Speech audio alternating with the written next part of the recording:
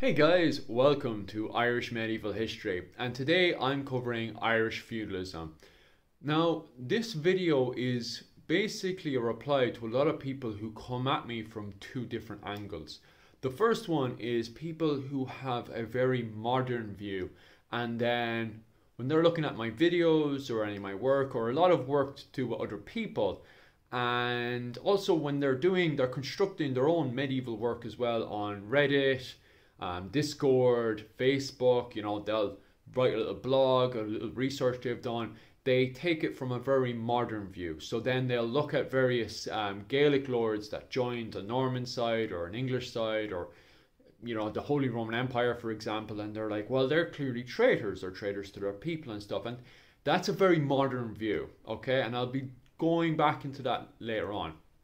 And the other kind of people are people who have this kind of feudalist view that started to come together around the 16th century, because the word feudalism doesn't exist until France in the 16th century, when legal systems needed to come into place, and to understand the previous system that was already there, lawyers and stuff would refer to all of that as the feudal system. Okay, so the feudal system allegedly came around 1066 into England, and then from England it comes into Ireland, and so the French were using that to try to understand the previous laws and stuff. So that's when the word feudalism starts to come into place. So a lot of those people who try to apply that word feudalism to me, why doesn't Ireland, for example, why doesn't it just click to feudalism? And I'll get to that in a second, because first I need to really explain the word feudalism. Okay, so as I was saying there, feudalism is basically a word that lawyers started to use in the 16th century, and it was basically for them to understand the legal systems that came before them. They weren't looking at it from an actual historical point of view. They were just trying to simplify things, a base to work off when they made more updated rules to the old feudal system, as they were calling it. They were literally going, well, that's the old feudal system. It worked like this to that, right? And within that, it was a pyramid. King was on top, then you had the duke, then you had earls, and then you had the peasants under them, okay? And there's dozens of different words for peasants, and I know a lot of people be, saying, oh, well, peasant isn't really peasant, it's serf, or it's fief, or whatever. That was the words they were using in the 16th century, and that's what I'm saying now, right? That's okay. And that doesn't get used really until we get up to 1939. Now, in 1939, there's a certain historian whose name I'll post there, puts together some work, and basically he's doing the exact same thing that the old lawyers used to do. He's trying to simplify medieval history so then he could teach it to a wider audience. Exactly what I do. Anyway, well, try to do. I think this video is a good example.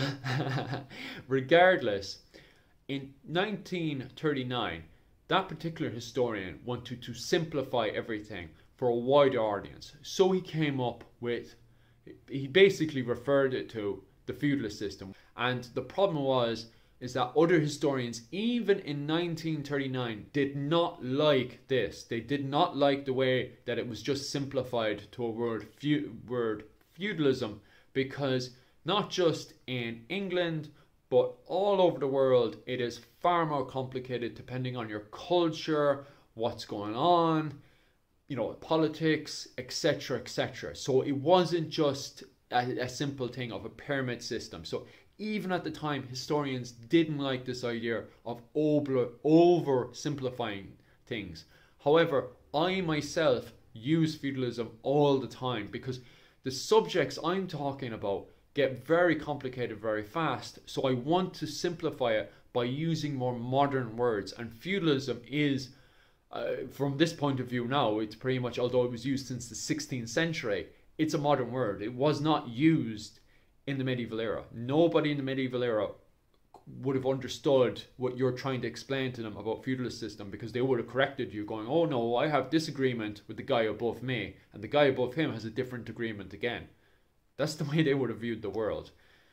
However, this gets more and more popular, especially when you've got people like me who want to oversimplify history. So by the time we get into 1961, It had been translated to many different languages, and these history books that promoted the idea of a feudalist Europe became more popular, especially because they could then put it into history textbook for schools and then mass produce this for everywhere. So even Irish textbooks in Ireland who talk about the Fitzgeralds and the Butlers, so on and so forth, have an over simplified view of feudalism.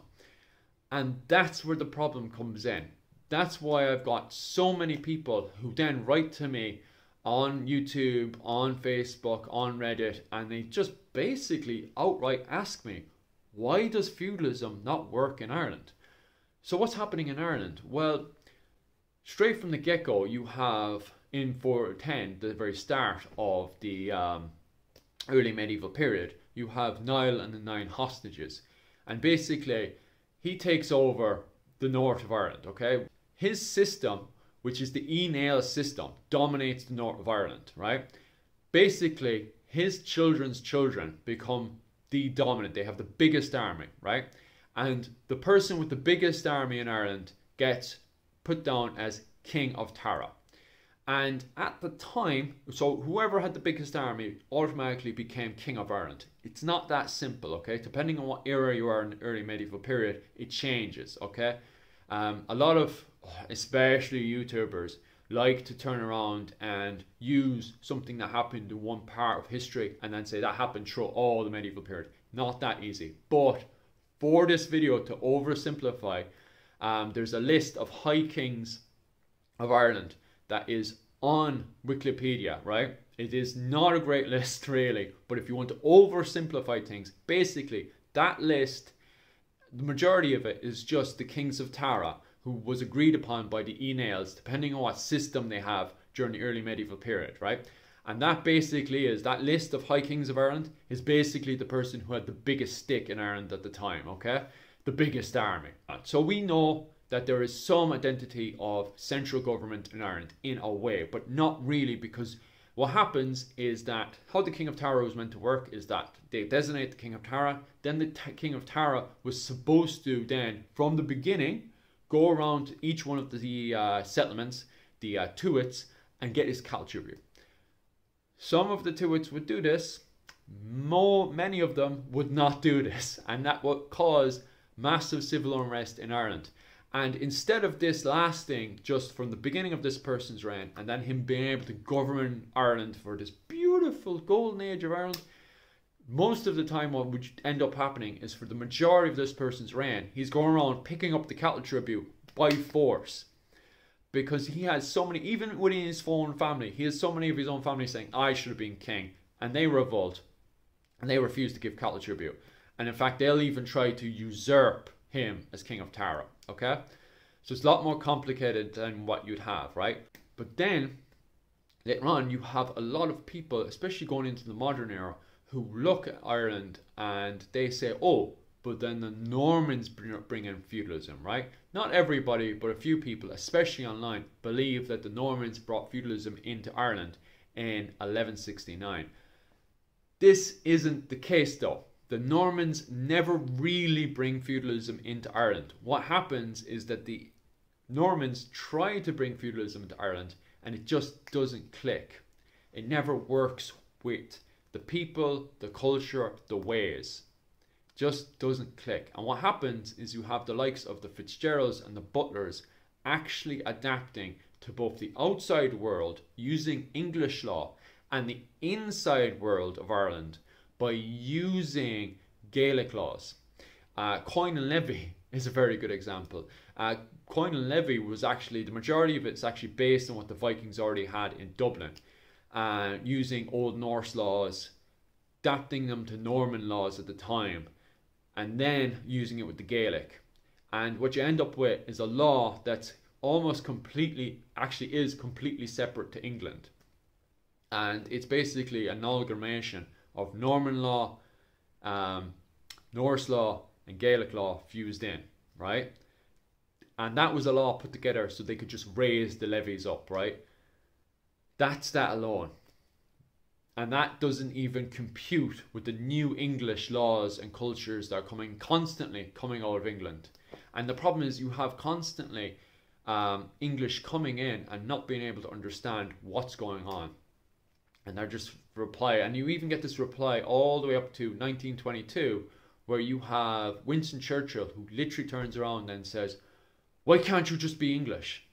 Not understanding the situation that's happening on the ground. Anyway, to further back this up, the Gaelic actually have no problems working with the English. A very good example is when Henry II comes over, he identifies himself as king over Leinster, Dublin and Cork and various other spots. He also gets other Gaelic nobles to submit to him. Funny enough, O'Connor does the same thing as well. This is the king of the Gaelic, and he's also identified as king of the Irish. The O'Connors submit to him and they do service to him in 1224. The king of the O'Connors do service of him for 40 days, because that's the system that's put in place. How it's meant to work is that Leinster has 100 knights. The payment for those knights, 100 knights, was 40 days of service to the English king. It was the same with the 50 knights that were put into Meath. They had to do 40 days of service to the English king. So the O'Connors did the same as well. As part of the agreement, they got the Charter of Connaught, basically saying that these lands 100% belong to the O'Connors, right? So Henry II identified the O'Connors as King of the Gaelic. That was his official title. And Henry III then gave him a charter fully accepting him, right, as part of a service. So the Gaelic have no problems working with the system. The problem is the system is refusing to work with the Gaelic. As we go on further into the Irish Parliament, so the Irish Parliament gets recognised. So between 1217 to 1297, we have the creation of the Irish Parliament. Now this system doesn't work the way the Irish Parliament was intended for. The Irish Parliament was meant to be an English system to civilise the Irish. What ends up happening is the English do not pay attention to the Irish Parliament. So what happens is that the Irish Parliament becomes more and more Gaelicised because two families dominate the Irish Parliament. That is the Fitzgeralds, who push for a lot, especially the Desmond Fitzgeralds, who very much push for a very Gaelic Irish Parliament. The second is the Butlers. The Butlers do, well, maybe they pretend, but the head of the Butlers very much want an English Ireland. And when I say English, I'm not talking about from a country point of view. I'm talking about by a civilized point of view. So when they're saying English, they're saying it for a very English point of view. When they're saying Irish in the Irish Parliament, they're talking about Irish ways and Irish laws. That's what they're looking at it, right? And that's the Fitzgeralds. The Fitzgeralds, especially Desmond Fitzgeralds, want Irish ways and Irish laws. They're into the likes of coin and levy laws, which benefit the original Normans, who at this point are called the Old English, right? Or the Gauls, the foreigners. And the original native Irish, the Gaelic, okay? The Fitzgeralds want, that's what the Fitzgeralds are pushing for. On the other hand, you have the Butlers, and the Butlers very much want a system that's governed by the English, right? So the Irish Parliament, so we go from a period that's very much dominated by kings, the kings of Ireland, to a point where it's almost completely dominated by the Irish Parliament. And so you have the main child of, you take the Fitzgeralds for example, the main child of the Fitzgeralds that would marry into an English or a European house, but all the other children of the Fitzgeralds would all marry into Gaelic families. So all those families that they had married into, they would have a say within the Fitzgeralds, and the Fitzgeralds then would have a say in the Parliament, because the Gaelic were not allowed into the Irish Parliament. They weren't seen civilised enough for the Irish Parliament, which is one of the biggest problems, right? Now, that's a very vague, because I'm covering a lot of history all at once, but you can see what the problem is. But that's okay, because no system in the world is perfect. If we go over to where feudalism is meant to be a golden age, which is England, It's not perfect there either. Yes, granted, the Plantagenets dominate. It's where you can find the best example of feudalism, the pyramid tree working, right? Because the Plantagenets dominate for so long. But if we take, for example, the Scottish War of Independence, one day you have nobles who live on the border between Scotland and England, switching sides all the time. One day they're a Scottish noble, the next minute they're an English noble. And when I say Scottish, I don't mean from a nationalist point of view again, because we're not talking about a modern era. We're talking about the side they're on that day. If they're Scottish, it literally, for a lot of people, is referred to as not English. That's simple. And if you're English, then you're identified because you have allegiance to the English crown. True story, that. And it gets really big during the 100 Years' War. So a lot of people would say that the 100 Years' War is where nationalism gets bigger and bigger, right? And you can see that throughout France, Scotland, and England, right? Where identity of who you are starts to really pick up. So England is able to identify itself because it's where you can see the best feudalism, which isn't true, because Scotland border being the best example, you see Scottish nobles switching sides all the time and identifying identifying who they are by what side they were on that day.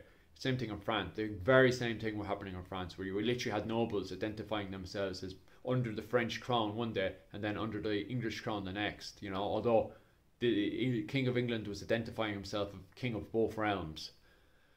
Anyway, you know that one.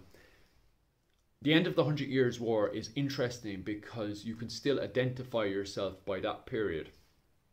Ireland does the same thing. At the end of the medieval era, which a lot of historians would say was 1455, whatever keeps you happy. Regardless, 1455 is when a lot of historians would say is the end of the medieval era. And that's where we start to see more modern ideas. And it's very interesting that the Irish Parliament, a system that from 1297 when the Irish Parliament 1297 when the Irish Parliament got really stuck in, all the way up to 1455. That's when the Irish Parliament is slowly but surely starting to build up. And today, the Irish Parliament dominates Ireland. We identify ourselves with Fianna Fáil, Fine Gael, Sinn Féin, right? And when I was editing this, I noticed I didn't really make it very clear. So just to make it clear, what I am saying is that I personally feel that the word feudalism is too simple for Ireland, and that it doesn't really convey that the medieval period in Ireland is a transition period for Ireland when it is going from a very royalist period where you have one singular king in Tara to more of a republic that you can see in Italy.